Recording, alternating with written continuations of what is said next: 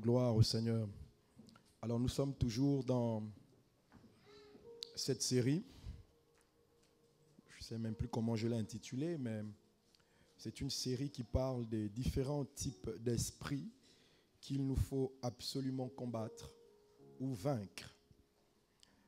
La semaine dernière et la semaine surpassée, nous avions parlé de l'esprit de Laban. Et ce matin, je pense que c'est le dernier type d'esprit que je veux aborder. Je vais aborder, pour moi, l'esprit qui est le plus dangereux, qui est un esprit qui regroupe en fait les caractéristiques des autres types d'esprits, qui regroupe en même temps l'esprit de Laban, qui regroupe en même temps l'esprit de Caïn, qui regroupe en même temps l'esprit d'Absalom, l'esprit de timidité, de peur. C'est un esprit qu'on a parfois mal défini dans nos églises. On lui a donné une voix, une signification qui est sans doute vraie, mais une orientation qui n'est pas forcément complète. Laissez-moi ce matin vous parler d'un type d'esprit, le type d'esprit qui divise non seulement les familles, qui divise non seulement l'Église, mais qui divise aussi les nations. C'est un esprit qui combat les visions, c'est un esprit qui tue les prophéties, c'est un esprit qui combat même les plus grands hommes de Dieu, un esprit qui combat les plus grands chefs d'État, un esprit qui combat les leaders. C'est un esprit qui touche le leadership de façon générale. Ce matin, je vais introduire, je pourrais faire 4-5 séries dessus, mais je vais essayer de faire 2, maximum 3 séries, voire 2, parce qu'il y a tellement de choses à dire sur cet esprit-là. Vous avez peut-être pu le remarquer. Je veux parler ce matin en m'attelant à vous introduire cette thématique sur l'esprit de Jézabel. Amen. Est-ce que quelqu'un peut dire avec moi l'esprit de Jézabel? A contrario de ce qu'on a pu dire, l'esprit de Jézabel, ce n'est pas un esprit qui possède ou qui habite uniquement chez les femmes. Même s'il est plus prépondérant chez les femmes, je vous expliquerai pourquoi. Je vais peut-être rentrer aujourd'hui et peut-être la prochaine fois. Mais c'est un esprit qui peut habiter chez tous les êtres humains. C'est un esprit qui n'a, parce que dans le monde spirituel, c'est une principauté, et une principauté, donc un esprit n'a pas de sexe. Donc il peut habiter chez un homme ou une femme. Quand on parle d'esprit de Jézabel, on ne parle pas, comme je l'ai dit, des esprits qui dominent seulement les hommes ou les femmes, mais aussi les femmes. Les femmes, mais aussi les hommes, excusez-moi, même s'il est plus prépondérant, comme je l'ai dit tout à l'heure, chez les femmes. Alors, je ne vais peut-être pas faire toute la genèse de Jézabel parce qu'on n'a pas forcément tout le temps nécessaire devant nous. Mais ce qu'il faut comprendre que sur Jézabel, c'est une princesse phénicienne. C'est une princesse phénicienne, fille d'Ito, Baal. Donc, c'est une princesse qui était d'un royaume qui était étranger à Israël. Et dans sa famille, dans sa communauté, ils adoraient un dieu qu'on appelait Baal. Et son père, c'était le roi de Tyr. Tyr, c'est de Tyr que vient le nom Tyran, qui était le roi de Tyr, de Sidon. Et donc, c'était une Phénicienne. Les Phéniciens sont, géographiquement, la Phénicie, c'est le Liban d'aujourd'hui. Donc, on va dire, d'après les études qui ont été faites, 40 à 50% des Libanais sont Phéniciens. Donc, la Phénicie des temps anciens, géographiquement, c'est le Liban d'aujourd'hui. Et donc, voici Jézabel qui va épouser, ou encore Akab, qui est le roi d'Israël, qui était promis à une grande royauté, parce que Akab a commencé dans la justice, Akab a commencé à vénérer Dieu. C'était un roi exemplaire, c'était un roi qui était sans défaut. Il était promis à un grand avenir, il était promis à une grande royauté. Mais Akab va épouser donc Jézabel, peut-être par désir de conquête, parce qu'à l'époque, les rois se mettaient ensemble pour avoir plus de position, par intérêt.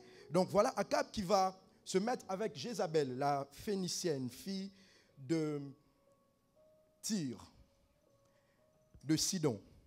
Et Jézabel était même l'incarnation même du mal et du désordre. Alors, on va lire une portion d'écriture. Il y a beaucoup de portions d'écriture qui parlent d'elle. 1 Roi 21, du verset 5 au verset 15. Jézabel, sa femme, donc la femme d'Akab, vint auprès de lui et lui dit, « Pourquoi as-tu l'esprit triste et ne manges-tu point ?» Donc elle parle d'Akab, elle vient présenter cela à Akab qui était son mari, son conjoint. Et verset 6, il dit, il lui répondit, « J'ai parlé à Naboth de Jizreel. Je lui ai dit, cède-moi ta vigne pour de l'argent. Ou si tu veux, je te donnerai une autre vigne à la place. » Mais il a dit, « Je ne te donnerai pas ma vigne. » Alors Jézabel, sa femme, lui dit, « Est-ce bien toi maintenant qui exerce la souveraineté sur Israël? Lève-toi, prends de la nourriture et que ton cœur se réjouisse. Moi, je te donnerai la vigne de Naboth de Jizreel. » Et elle écrivit au nom d'Akab des lettres qu'elle seule scella du sceau d'Akab et qu'elle envoya aux anciens et aux magistrats qui habitaient avec Naboth dans sa ville. Voici ce qu'elle écrivit dans ces lettres. Publiez un jeûne, placez Naboth à la tête du peuple et mettez en face de lui 2 méchants hommes qui déposeront ainsi contre lui, tu as maudit Dieu et le roi. Puis menez-le dehors, lapidez-le et qu'il meure. Les gens de la ville de Naboth, les anciens et les magistrats qui habitaient dans la ville, agirent comme Jézabel le leur avait fait dire, d'après ce qui était écrit dans les lettres qu'elle leur avait envoyées. Ils publièrent un jeûne et ils placèrent Naboth à la tête du peuple.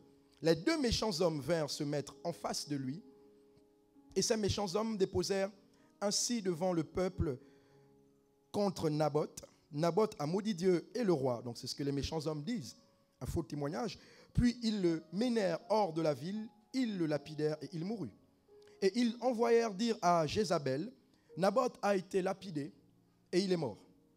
Lorsque Jézabel apprit que Naboth avait été lapidé et qu'il était mort, elle dit à Akab, lève-toi, prends possession de la vigne de Naboth de Jizreel, qui a refusé de te la céder pour de l'argent, car Naboth n'est plus en vie, il est mort.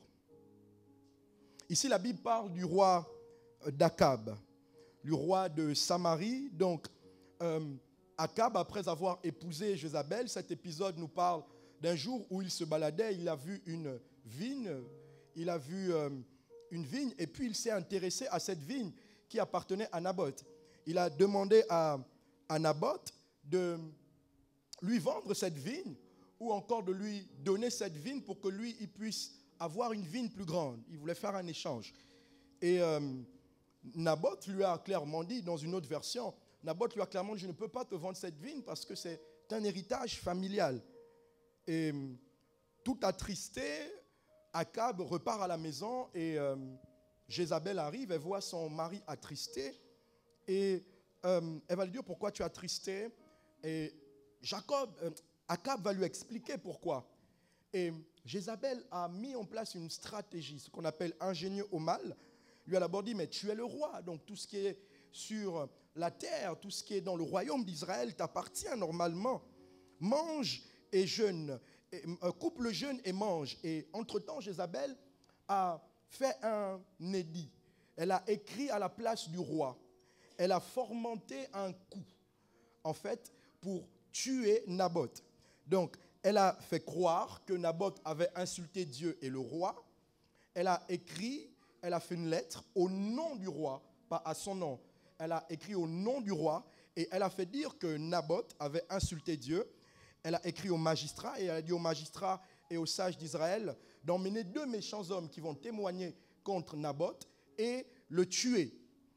Et après cela, le prophète Élie arrive. Donc après cela, le prophète Élie arrive et vient dire à Akab que normalement tu vas mourir. Et de la façon dont tu vas mourir comme, je paraphrase, comme un chien. Il dira également à Jézabel, tu vas mourir comme un chien. Et on voit là que c'était une lettre du roi que Jézabel a falsifiée, si vous voulez dire. Elle s'est fait passer pour le roi. Elle a eu une intention cachée qui venait du plus profond d'elle. Alors que le roi n'avait pas l'intention de tuer Naboth. Il n'avait pas l'intention de tuer cet homme respectable dans Jérusalem. C'est Jézabel qui va prendre autorité, elle va s'autoproclamer en passant par diverses supercheries, diverses manipulations pour écrire à la place du roi, pour être autorité à la place de l'autorité. Amen. Voici là que pousse Jézabel. Jézabel était une forte personnalité, mais une personnalité qui n'avait pas forcément du charisme. C'est-à-dire qu'elle était la fille du roi, elle passait où son autorité lui venait de l'autorité usurpée qu'elle prenait à la place du roi, mais en elle-même, elle n'était personne. Elle n'avait pas de charisme. Donc c'est lorsqu'elle est devenue la femme du roi Akab qu'on a commencé à parler d'elle. Ça veut dire que si elle n'était pas la femme du roi Akab, on n'aurait jamais parlé d'elle. Jézabel a une forte personnalité, une personnalité qui s'impose. Il faut qu'elle soit toujours à la première place. Il faut qu'elle soit toujours vue. Là, je vous parle de la nature et du caractère de Jézabel. Je rentrerai au fur et à mesure dans l'esprit de Jézabel, les manifestations de l'esprit de Jézabel. On verra de façon plus profonde que c'est vraiment très vaste. Ça peut non seulement toucher l'Église, ça peut toucher les familles, ça peut également toucher la nation. Et l'esprit de Jézabel touche au leadership, touche à la vision. C'est un esprit qui vient imposer une autre vision. C'est un esprit qui vient imposer un autre chemin. Amen. Et d'entrée de jeu, je veux déjà ouvrir une petite parenthèse en disant, ce n'est pas pour viser quelqu'un. Toute correspondance avec un fait connu ou n'est que pure fiction. Donc, lorsque j'ai préparé mon message, je n'ai pas préparé mon message pour viser quelqu'un en particulier. Mais si tu te reconnais dans les caractéristiques de Jézabel, que ce soit un homme ou une femme, c'est le temps parce que Dieu parle. Dieu parle véritablement. Amen. Amen. Est-ce qu'on peut acclamer le Seigneur pour cela?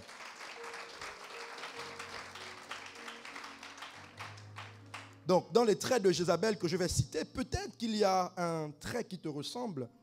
Donc, on va commencer à prier pour les faire disparaître et de les faire révoquer. Amen. Donc, Jézabel, c'est le type de personne qui envoie une idée, même si l'idée est bonne, et que ce n'est pas son idée, elle la rejette. Je balance un peu en désordre les caractéristiques de Jézabel et je vais rentrer plus ou moins en profondeur. Elle combat toute idée qui ne vient pas d'elle. Quand vous lisez les autres histoires, parce que je n'ai raconté qu'un bout d'histoire de Jézabel, vous lirez en fait son esprit, ce qu'elle a, ses caractéristiques. Le nom Jézabel signifie sans cohabitation. C'est la signification de son nom. Elle veut partager le pouvoir seule. Elle veut partager la gloire seule. Que tout soit fixé sur elle. Il n'y a pas de cohabitation, de partage. Et parfois, l'une des plus dangereuses du type de Jézabel est celle qui vit dans l'ombre du roi ou l'ombre d'un chef. Ou l'ombre d'un pasteur. Mais là, on parle de quelqu'un qui est en situation de leadership. Parce que lorsqu'elle est dans l'ombre, c'est elle qui prend en réalité les décisions. C'est elle qui contrôle. C'est elle qui dit ce qu'on doit faire et ce qu'on ne doit pas faire. Elle peut emmener un roi à prendre des décisions mauvaises qui vont même aller au péril de la vie du roi et au péril de la vie de la nation ou au péril de la vision de l'Église, au péril de la vision d'une famille, au péril d'une vision. Elle combat l'esprit de la prophétie. On verra peut-être ça en deuxième phase. Elle a même fait fuir le plus grand prophète qui existait à l'époque. C'est un esprit très dangereux, un esprit dominateur. L'esprit de Jézabel. Elle a tué inconsciemment le roi, un roi qui était appelé à régner longtemps, un roi qui était appelé, qui avait véritablement tout le background spirituel. Il a été appelé, qui était un roi intelligent, un roi consciencieux. Elle a tué la vision d'Israël, elle a tué la vision du roi à cause de ses choix, à cause de son désir d'être mise en avant. Et Jézabel ne lésine jamais sur les moyens. Vous pouvez vous rendre compte de Jézabel, ça peut être des personnes qui sont autour de vous, dans votre entreprise, dans votre entourage. Elle ne lésine jamais sur les moyens pour arriver à ses fins, afin d'avoir une position de leadership. Amen. Parce que déjà dans sa nature et dans son sang, elle vient de Tyr. Comme je vous ai dit, Tyr vient du mot, tyran vient du mot tir, un peu comme machiavélique vient du mot machiavélique, ou narcissique qui vient du mot narcisse. Ça veut dire que ce sont des noms qui, leur nom représente même déjà un type d'esprit. Ça veut dire que le diable incarne tellement ces personnes-là que ce sont des esprits reconnus. Donc, il y avait déjà dans son héritage quelque chose de tyrannique, quelque chose de dominateur. Donc, elle avait déjà hérité cette nature de son père. Jézabel, c'est le type de femme qui a toujours le dernier mot devant son mari. Je ne sais pas, peut-être que tu vas te reconnaître, mais bon. Elle fait des choses d'abord avant de penser aux conséquences. Elle aime les honneurs, elle aime se faire voir. Je parle d'une femme, mais je peux aussi parler d'un homme, même si c'est un esprit qui se manifeste plus chez les hommes. Pourquoi? Parce que c'est un esprit qui est contre l'autorité. Parce que l'autorité est d'abord donnée aux hommes. Et je viendrai dessus tout à l'heure pour montrer l'origine l'origine même de la domination de Jézabel, l'origine même de l'esprit de Jézabel. On va aller étape par étape. Donc Jézabel elle n'aime pas le roi en réalité. Elle n'aime pas le chef en réalité. Mais elle aime ce que le roi lui donne, ce que le roi peut lui apporter, ou ce que le chef peut lui apporter. Elle aime le roi parce qu'elle aime la royauté. C'est la royauté qui l'intéresse, pas d'abord la personne du roi, pas la personne du chef. Jézabel peut être à tous les niveaux, comme je l'ai dit tout à l'heure. Partout où il y a un poste de décision, il y a une Jézabel. Partout où il y a un poste de décision, il y a des comportements, comme j'aime dire, jézabélisants. Partout où il y a un poste de leadership, il y a une Jézabel. C'est un esprit qui vient du plus profond des enfers, qui a été relâché pour tuer les visions. Parce que c'est le leader qui a la vision, c'est le leader qui a l'autorité. Et il lui faut un type d'esprit pour être infiltré. Tout à l'heure, peut-être la semaine prochaine, Jézabel fonctionne parfois par l'intimidation, par les sentiments. Jézabel parfois joue la victime sur certaines choses. Vous voulez lire cette histoire. Mais elle a un fort esprit d'intimidation et de séduction. Amen. C'est un esprit que l'on trouvait par exemple chez... quand on a vu l'esprit d'Absalom, en fait l'esprit d'Absalom est dans l'esprit de Jézabel. La Bible dit qu'Absalom était beau de figure. Par sa beauté, donc il était séduisant. Et il a réussi avec son art oratoire, sa séduction, à attirer un certain nombre autour de lui pour, comment dirais-je, les gagner à sa cause pour aller se rebeller contre le roi. Bien-aimé, tu peux être séduisant, mais pas séducteur. Hello? Oui, on peut être séduisant, on peut briller, comme disent les Ivoiriens, on peut déjà. On peut avoir du charisme. Mais le problème, c'est de ne pas utiliser le fait d'être séduisant, le fait d'attirer pour séduire les personnes. Et c'est ce que Absalom a eu à faire. C'est un type d'esprit de Jézabel. Utiliser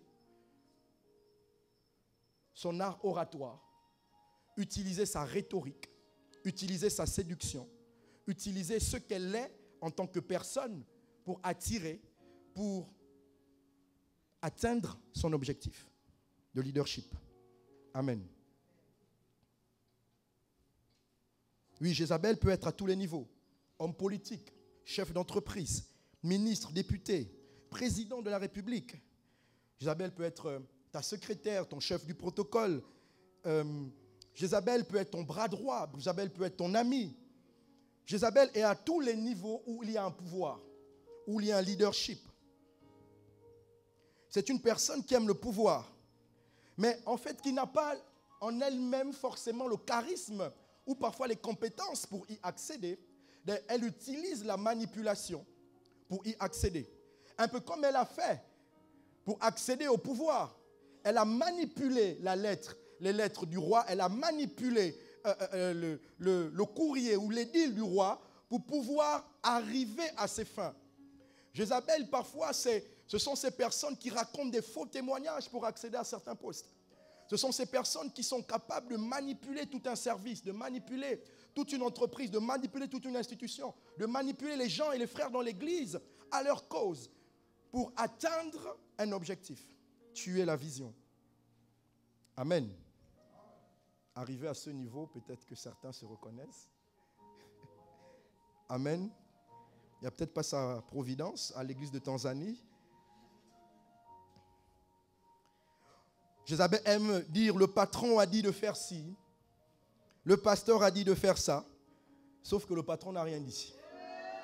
Le pasteur n'a rien dit. Akab n'avait pas demandé de tuer, il n'avait pas demandé de tuer Naboth, jamais. Il était juste triste. Il n'avait pas demandé, mais Jézabel vient dire, mentir. L'une des armes de Jézabel, c'est la manipulation, c'est le mensonge. Elle utilise le nom comme elle utilise le nom du cachet du roi. Parce que sans le patron, elle n'est rien. Souvent, tu peux être patron dans ton entreprise, mais ce n'est pas toi qui dirige, mais c'est une Jézabel qui dirige. Jézabel a un atout majeur, c'est la flatterie. C'est l'un des atouts de Jézabel, la flatterie. Vous savez, quand on aime vous flatter, les personnes qui aiment vous flatter, en réalité, celui qui te flatte, pour te dire vrai, te manque de respect. Celui qui te flatte, en réalité,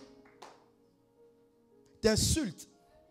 Parce qu'il est en train de te dire que tu n'es pas assez intelligent pour comprendre qu'il se moque de toi. Celui qui te flatte, en fait, dit le contraire de ce qu'il pense normalement. En réalité, il pense le contraire, mais il te flatte. Bien aimé, c'est très, très dangereux. Oui, parce qu'il te ment. Parce que lorsqu'il te ment, il est en train de te dire le contraire de ce qu'il pense. La manipulation, bien aimé, a besoin de mensonges. Et Jézabel a menti. Naboth n'avait jamais insulté Dieu. Il n'avait jamais insulté le roi. Elle a manipulé, elle a menti, elle a entraîné deux personnes, des faux témoignages, des faux témoins, deux méchants, pour venir témoigner contre Naboth, un juste homme.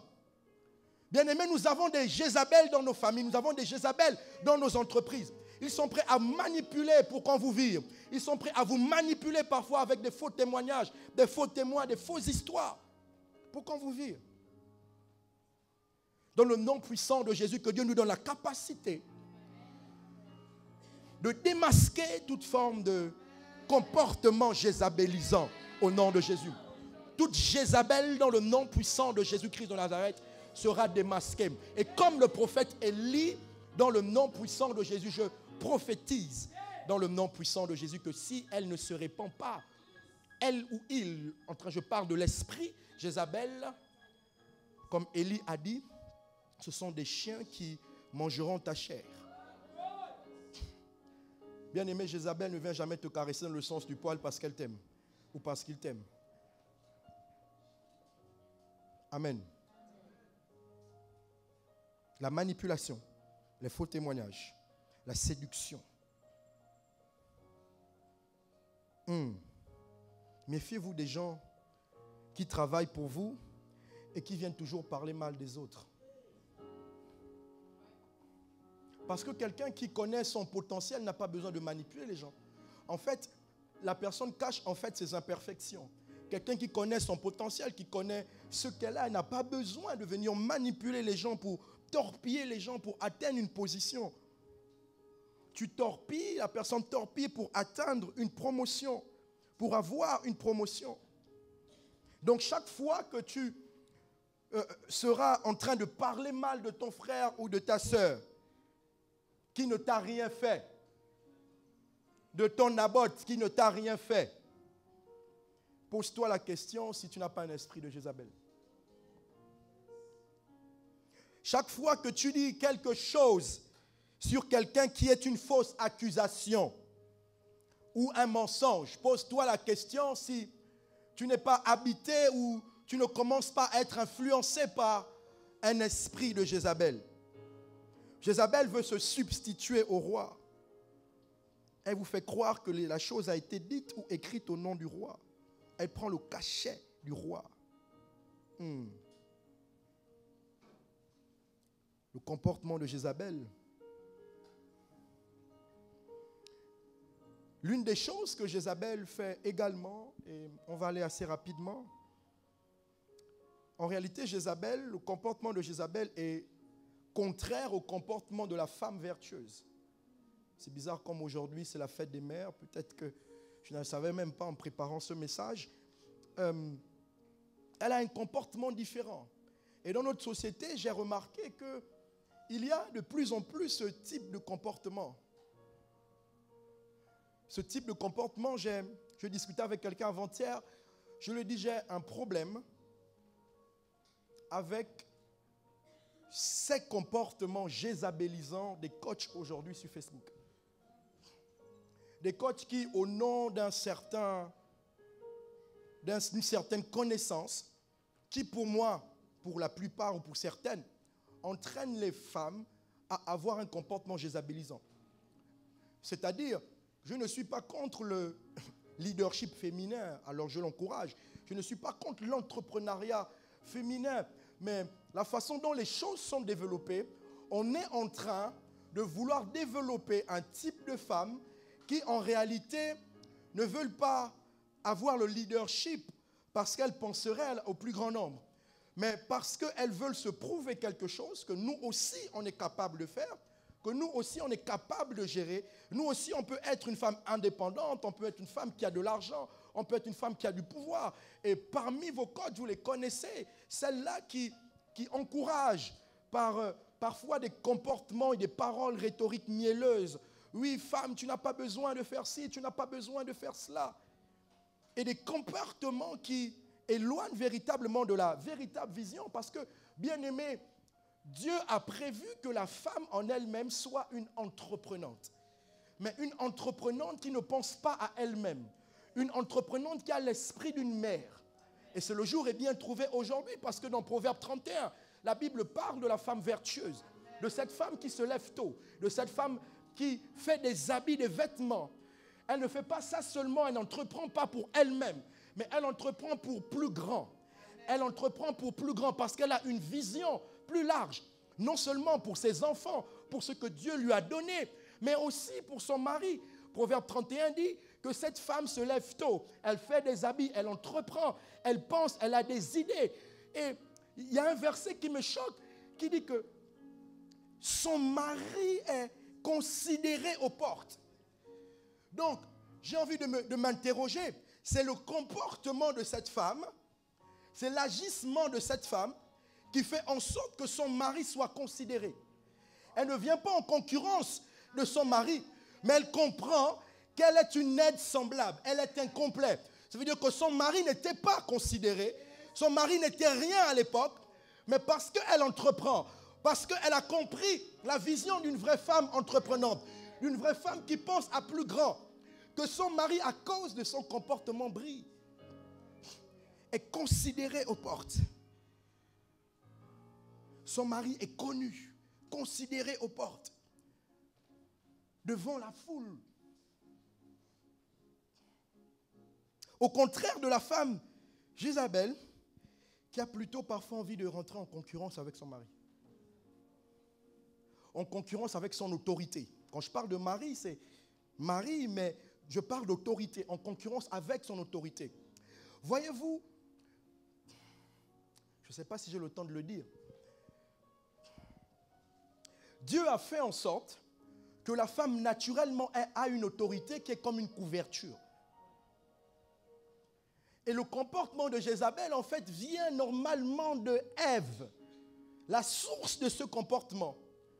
C'est quoi le but et l'objectif de Jézabel? C'est d'inverser l'ordre des choses. La Bible dit que l'homme est le chef de la femme, Christ est le chef de l'homme et Dieu est le chef de Christ.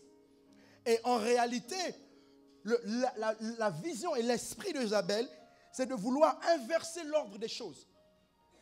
Cet ordre qui nous protège, cet ordre des choses qui est tellement spirituel, qui nous couvre. Donc le comportement de Jézabel vient du jardin d'Éden. C'est de là que vient la source. Lorsque Ève a commencé à manquer de couverture, Ève a commencé à avoir des idées indépendantes. Entre parenthèses, où était l'homme? Marie, tu es la couverture de ta femme. Ne sois jamais éloigné d'elle. Même quand tu n'es pas encore femme ou mariée, fais tout femme pour être toujours sous la couverture d'un homme, d'une autorité. Ça te protège contre les pensées de vouloir dominer. Ça te protège. Lorsque le serpent est venu la séduire, elle a commencé à avoir des comportements qui ont bafoué l'autorité au point où c'est elle qui propose à l'homme, alors que c'est l'homme qui a la vision qui doit s'imposer. Il y a eu quelque chose qui a été interchangé parce qu'elle a manqué de couverture. Voyez-vous, chez les grands chefs d'État, par exemple, la plupart de ces personnes comprennent que pour avoir un homme, en fait, pour ne plus qu'il ait la couverture, il faut coucher sa femme. Vous connaissez cela? Mobutu le disait, par exemple, pour affaiblir le pouvoir d'un homme, pour affaiblir son autorité, sa couverture. En fait, il n'y a pas d'autre moyen que de passer par sa femme. Parce qu'il sait que sa femme est celle qui lui donne la royauté. Et aussi par sa femme, il lui donne la couverture. Donc, il ne passe pas par 1000 chemins. Il presse. Il le détrône. Il lui enlève sa couronne. Pourquoi? La femme est la couronne de l'homme. L'homme est la tête de la femme. La femme est le cœur de l'homme. Qui touche le cœur touche la tête. D'ailleurs, la Bible dit, là où est ton trésor, là où est ton cœur. Or, le trésor parle de la royauté, le trésor parle de la couronne. Donc, là où est ta femme, là où est ton trésor. Donc, l'homme est la tête, la femme est le cœur. Si tu touches au cœur, normalement tu auras atteint la tête. Je prie dans le nom puissant de Jésus-Christ de Nazareth, que tu comprennes cela dans le nom de Jésus-Christ de Nazareth. Et l'un des autres comportements de Jézabel, il y a tellement de choses à dire sur elle, je vais être dans les temps, c'est que Jézabel, dans sa manipulation à ce que moi j'appelle l'esprit ou l'art de la prestidigitation, de l'envoûtement. Ah, ma chata d'ababo satan. En fait, de la sorcellerie. Jézabel était la fille de Tyr, de Sidon, et elle faisait des pratiques bizarres pour envoûter Akab, pour envoûter le roi qui a été oint. Elle a fait enfermer plus de 850 prophètes. Elle a fait fuir Élie. Bien aimé, c'est par envoûtement qu'elle avait fait. C'est par sorcellerie qu'elle avait fait. C'est un art qu'elle avait. Jézabel a ce pouvoir-là. Et ce n'est pas n'importe quel type de chrétien qui peut normalement déchiffrer cela, qui peut normalement faire tomber cela. Il faut monter à la montagne de l'Éternel. Comme Élie est monté à la montagne de l'Éternel. Même Élie, à un moment donné, a fui devant elle. Jézabel a le pouvoir d'envoûtement. Oh, ma chata da babo sata. La massique des bras chata da babo shakata. Et c'est ce pouvoir d'envoûtement, bien aimé, qui a été à l'origine dans le jardin. La ruse de Satan, lorsqu'il a eu à convaincre Ève, en fait, il a inoculé le venin. Il a inoculé l'esprit d'envoûtement. C'est-à-dire que l'homme était envoûté, l'homme qui avait reçu les paroles, l'homme qui avait reçu la vision, il a été envoûté par l'esprit qui venait en réalité de Satan. Il a été envoûté par Ève pour se détourner de la vision. Je déclare dans le nom puissant de Jésus-Christ de Nazareth que tu sors de toute forme d'envoûtement et de sorcellerie dans le nom puissant de Jésus-Christ de Nazareth. Et je me suis posé la question de ces femmes dans la Bible qui ont eu un pouvoir d'envoûtement sur leur homme. Excusez-moi, je vais peut-être vous choquer. Lorsque j'ai parlé de l'esprit de Laban, j'ai parlé de Rachel qui était comme une victime normalement.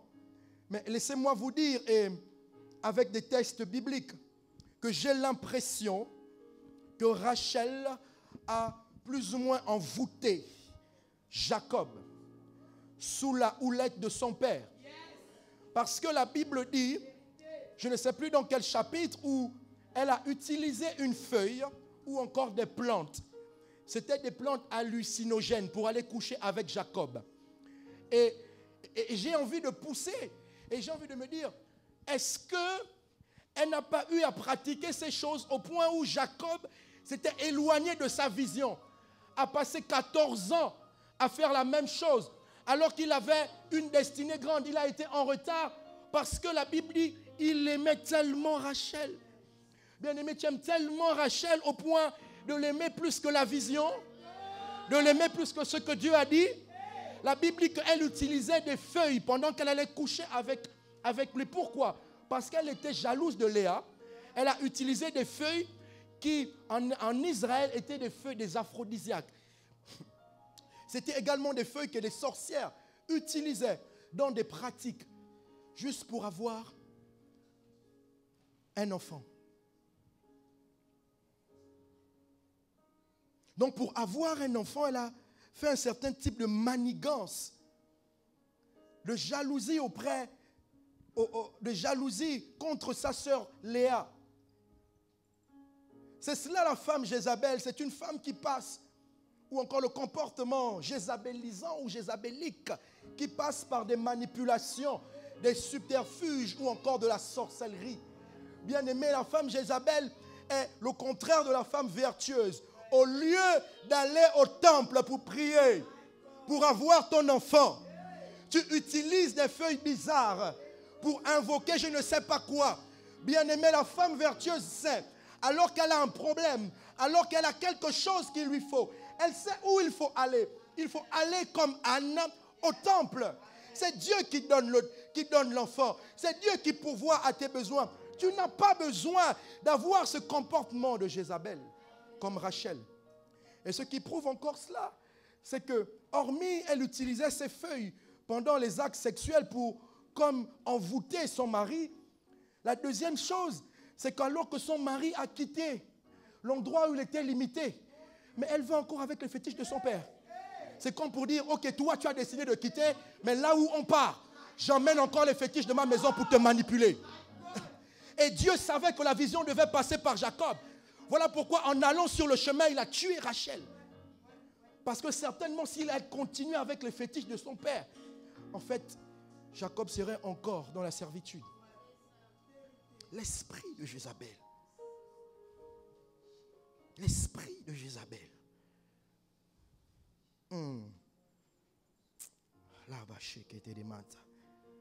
Cet esprit qui est à la base de certaines choses, à la base des divisions.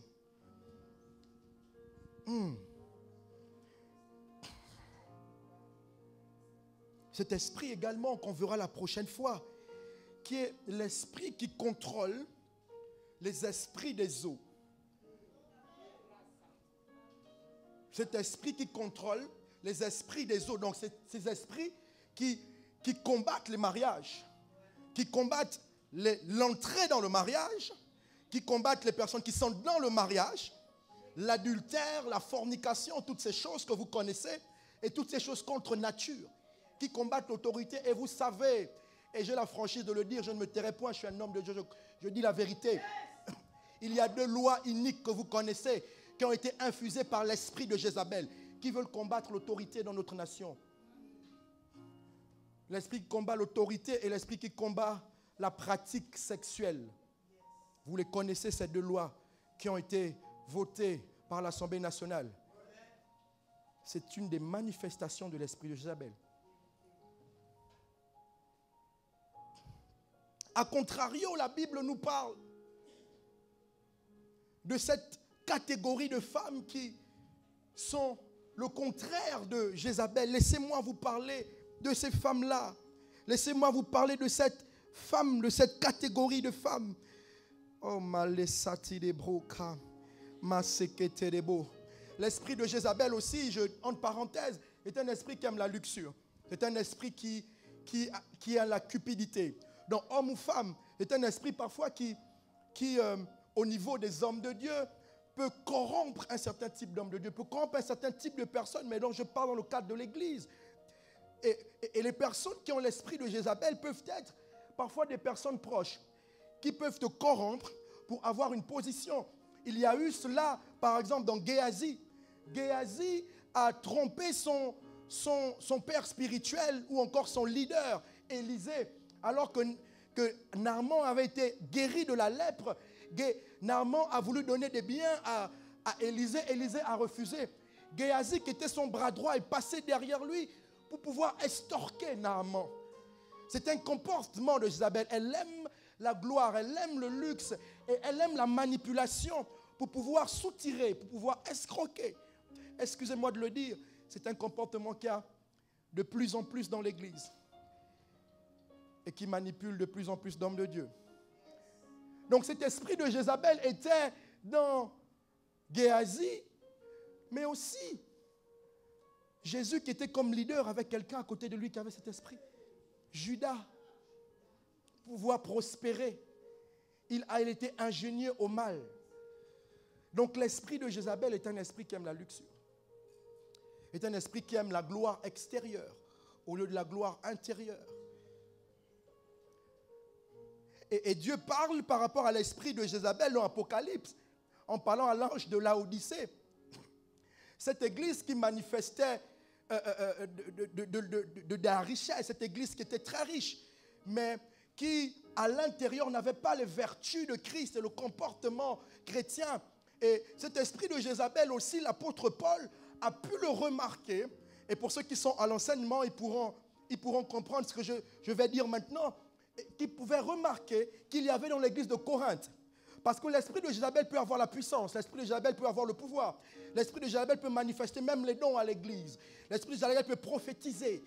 Bien-aimés, vous qui jugez la maturité d'un chrétien par sa capacité à prophétiser, par cette capacité à guérir les malades ou ces choses-là, l'église de Corinthe avait cette manifestation de l'esprit de Jézabel qui était pas seulement chez les femmes, mais qui était plus répandue chez les femmes. Donc la Bible dit que l'église de Corinthe était une église où il y avait tous les dons spirituels. C'était une église qui faisait des miracles. Mais dans cette église, il y avait des divisions. Dans cette église, il y avait des querelles. Dans cette église, il y avait un certain type de choses qui faisaient en sorte que l'église était complètement corrompue. L'église était complètement à l'opposé. Ils savaient prier, ils savaient prophétiser.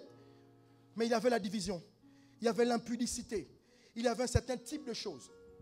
Excusez-moi de le dire, mais l'une des choses qui a entraîné ces manifestations diaboliques-là, c'est l'esprit de Jézabel qui avait possédé un certain type de femmes dans l'église de Corinthe. Voilà pourquoi l'apôtre Paul, juste pour l'église de Corinthe, a pris une décision, non pas qui dépendait de Dieu, mais qui dépendait de lui-même pour la survie de son église. C'était comme une autorité apostolique qu'il voulait imposer à l'église de Corinthe, où il a dit que les femmes ne prêchent plus. Pourquoi? Parce que les femmes venaient, et c'est aussi la manifestation de l'esprit de Jézabel qui se voit, qui se manifeste, que ce soit à l'église ou partout. Excusez-moi, lorsqu'il y a des femmes, il y a toujours division. Lorsqu'il y a des femmes, on dit qu'il y a toujours l'esprit de concurrence. Et ce comportement qu'elles avaient à l'extérieur, ils l'ont emmené dans l'église. Donc la femme commence à arriver, tu commences à la dévisager de la tête jusqu'aux pieds. Tu la vois comme une concurrente. Tu la vois comme quelqu'un qui vient te... Waouh, mais qu'est-ce qu'elle veut encore montrer? Regarde comment elle est habillée. Regarde comment elle est maquillée. Regarde, regarde. Mais vraiment, celle-là, vraiment, elle veut venir séduire. Bien aimé, ce comportement-là, l'apôtre Paul savait que ça venait de l'esprit de Jézabel. Et il savait que s'il n'arrêtait pas ça par une décision ferme, l'église est allée à sa chute. Donc, bien aimé, c'était une église où il y avait tous les dons spirituels. Donc, ne jugez jamais de la spiritualité d'une église, parce qu'il y a des miracles. Il y avait des miracles. C'est-à-dire qu'une femme pouvait venir là où je suis, elle prophétise. La Bible dit que les gens prophétisaient et tout le monde tombe. Mais il y avait ce fort esprit qui était dans cette église. Il y avait ce fort esprit qui était dans cette église. Et c'est le comportement différent de l'esprit, je dirais, de la femme vertueuse, où on ne regarde pas d'abord ce qu'elle donne de l'extérieur, mais on regarde la vertu qu'elle a de l'intérieur.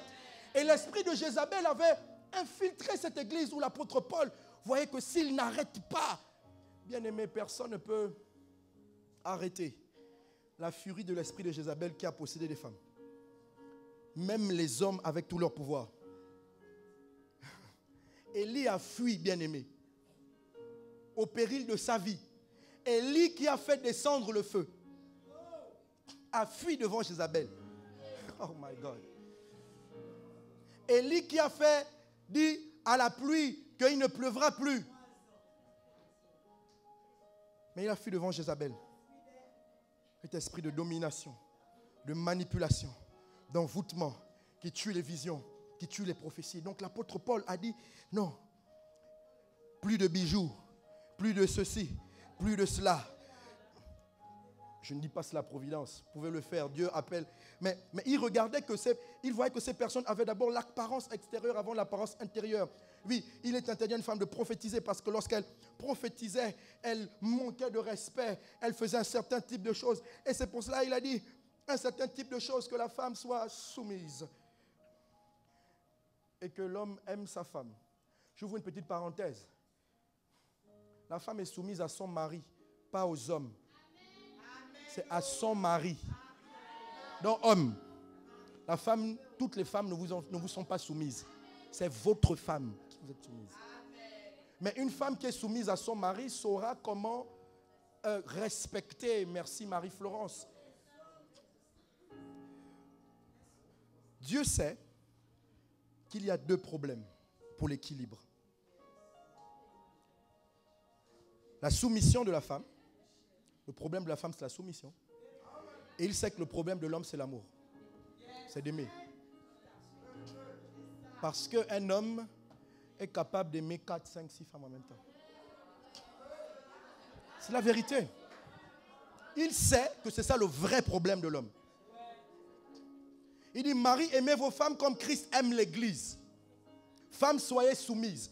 En fait, Dieu est en train de dire que pour l'équilibre du foyer, pour l'équilibre de la nation, pour l'équilibre de tout, homme, ton problème, c'est l'amour. Tu es capable d'être sur toutes les branches en même temps, comme un singe. Tu attrapes là-bas, tu attrapes là-bas, tu attrapes là-bas. Il dit, règle ça, c'est ça ton problème. Si tu réussis à t'éduquer dans cette chose-là, femme, ton problème, c'est que tu n'es pas soumise. Ne prends pas autorité comme... Vaut mieux rester à l'angle, je ne sais plus, mais au lieu d'être dans la maison d'une femme querelleuse. Il sait que ce problème, c'est cela. C'est pour cela, bien aimé, Dans notre société, on nous a toujours enseigné que l'homme doit être le chef de la famille, qu'il doit diriger, qu'il doit faire un certain type de choses. Mais je dirais aussi qu'on doit beaucoup éduquer les hommes comment aimer une femme. On doit éduquer les hommes sur ça.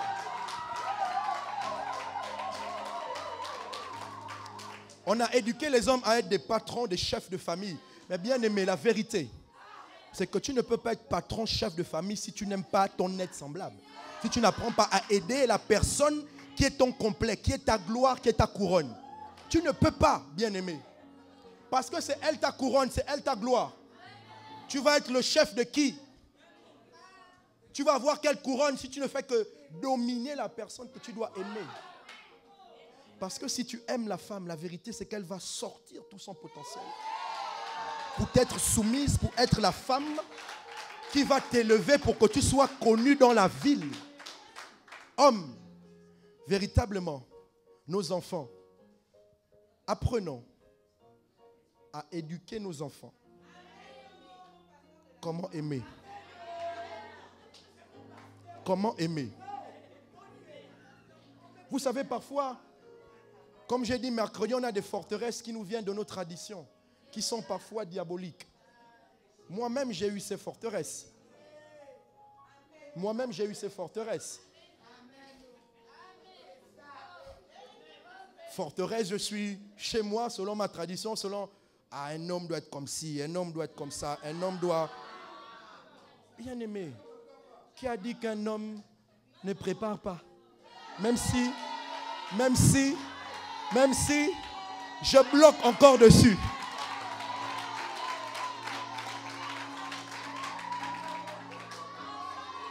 Qui a dit qu'un homme ne peut pas dire à sa femme je t'aime? Ça ne te diminue pas, bien-aimé. Ça ne te diminue pas. Au contraire, ça te grandit.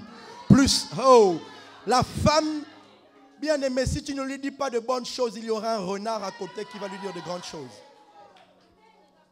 La femme grandit par les paroles. C'est pour cela Salomon, vous savez, Salomon, c'était celui-là qui a eu le plus grand séducteur qui a eu, plus de 700 concubines. Parce que Salomon savait manier l'art.